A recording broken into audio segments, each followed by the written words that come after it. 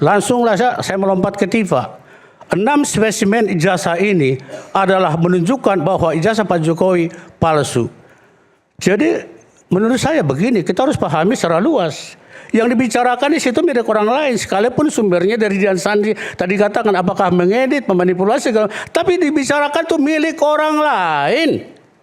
Maka terjadi penyesatan publik. Itu sudah masuk ke dalam konstruksi hukum itu, nggak boleh itu. Nggak, tapi saya bilang gini, ini katakan buku ini saya ubah satu hurufnya, saya ubah gitu, tapi buku ini tetap ada. Lalu kemudian saya analisis, saya ubah karena saya mau analisis. Ya. Apakah itu kemudian dianggap mengubah?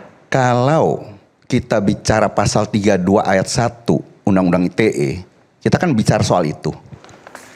Itu tidak bisa dikategorikan seperti itu. Dan harus diikuti dengan transmisi hasil perubahan itu. Tapi aslinya sudah tidak bisa diakses.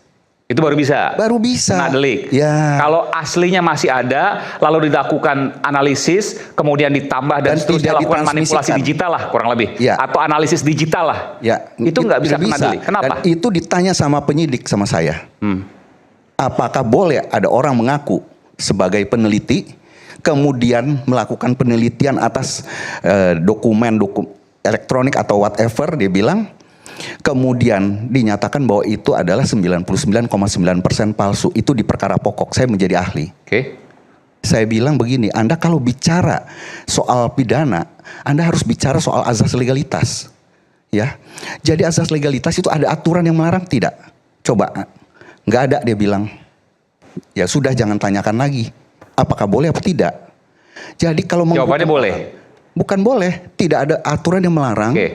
Tidak ada hukum yang akan menindaknya. Ya, jadi kita jangan salah, kita bicara tadi segala sesuatu. Oke, Bung Rizwan saya hargai kalau bicara soal ITE. Tetapi ketika dia sudah bicara, oh ini maksudnya begini, harusnya dimintai pertanggungjawab, itu hati-hati, sudah masuk ranah hukum. Tidak bisa. Jadi saya kemarin jadi ahli, dan kemarin ada saksi yang dihadirkan. Saksi itu pernah kena pasal 32 ayat 1. Soal pengubahan tadi itu ya? Soal itu. Dan saksi tersebut bebas. Saya jadi ahlinya waktu itu. Dan sampai Mahkamah Agung. Nggak pakai macam-macam ya. Saksi kok bebas? Saksi apa sih bebas? Kemarin saksi di perkara pra-peradilan, dia dulu pernah menjadi terdakwa. Sempat jadi tersangka. Menjadi terdakwa. Terdakwa bahkan, Yes. Ditahan di Polda Metro. Ya. Tetapi akhirnya bebas. Dan dia bilang, kalau saya tahu bahwa bisa pra-peradilan, saya akan lakukan pra-peradilan. Dia bilang begitu. Ahlinya, dia bilang saya waktu itu. Sedikit lagi Bang. Ya, tentang replikasi ya Pak Didit.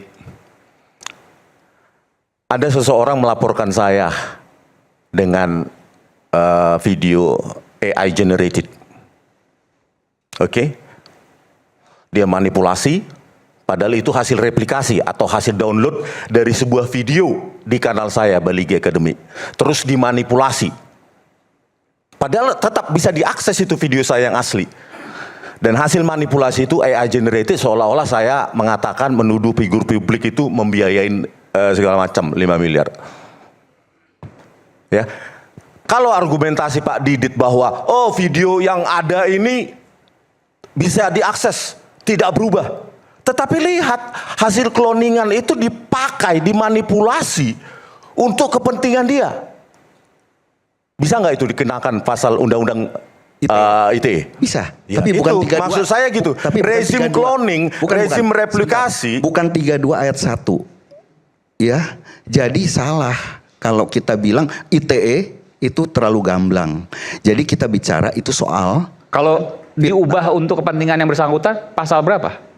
Diubah untuk kepentingan yang bersangkutan menjadi asli 35. Bukan menjadi asli, untuk menganalisis bahwa dibuktikan bahwa itu palsu. Oh, jadi begini, kalau seandainya kita mengambil satu gambar di website atau dimanapun, ya, kemudian kita ubah, tapi kita tidak mengakses sistem komputernya yang akun X misalnya, berarti kan aslinya masih ada. Nah, kemudian kita cloning, kita robah-robah, misalnya, kemudian kita transmisikan. Nah, itu pasalnya beda. Pasal berapa itu? pasalnya itu pencemaran nama baik atau fitnah. Oke, bukan Ya. pengubahan Bukan. dokumen digital. Bukan, dia harus merubah sistem elektroniknya. Bang Aiman, Gitu. aku interupsi Silakan. dulu. Ya. Jadi Oke. Saya kira gantian ya. Ya. Pertama, terima kasih Bung Aiman sama semua narsum, semua profesor yang hadir di sini. Saya mengatakan begini, topik dari acara kita ini adalah adu bukti. Jadi kalau di sesi pertama kita udah lari ke 3-2-1, menurut saya nggak fokus. Tapi nggak apa-apa, namanya juga rakyat bersuara. Tapi Prof. Didit Wijayanto, ya dokter ya, Ya. belum Prof ya. Saya kadang-kadang dokter pun saya panggil Prof kalau itu elegan. Begini menurut saya, jadi saya tidak keberatan bahwa Dokter Didit tarik langsung ke 3-2-1. Tapi Risman ini sedang presentasi tentang bukti bahwa dia sudah membuat buku baru otentikasi ijazah Pak Joko Widodo. Seharusnya kita berikan dulu kesempatan ke dia. Jadi jangan langsung dekat. Tapi sekalipun begitu, sebentar Pak Didit, sebentar, gantian bicara. Sekalipun begitu, 3-2-1 menurut saya juga kita jangan potong-potong. Jadi di situ ada menyembunyikan dan ada kata barang milik orang lain. Jadi jangan dipotong-potong. Kalau kita mau tarung di ayat itu juga nggak apa-apa. Kedua, apapun yang kita katakan sekarang, status dari Mas Roy ini sudah tersangka. Bahkan sudah 2 kali mengajukan prapit.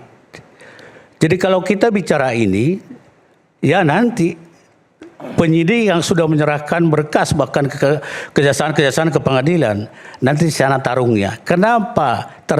Kenapa penyidik atau jaksa mengakui itu 321 dan 35 itu menjadi dakwaan? Jadi kalau di sini perdebatannya menurut saya tidak pada tempatnya. Tapi sekalipun begitu ya kembali rakyat bersuara kita hargai. Sekali lagi saya katakan di situ di pasal 321 bukan hanya memanipulasi, mengedit segala macam, menyembunyikan barang orang lain. Sekarang saya lanjutkan. Apa yang dilakukan oleh Mas Roy Suryo selama ini? Bahwa ijazah ini adalah 99% palsu. Ijazah Pak Jokowi maksudnya. Langsunglah saya melompat ke TIFA. 6 spesimen ijazah ini adalah menunjukkan bahwa ijazah Pak Jokowi palsu. Jadi menurut saya begini, kita harus pahami secara luas.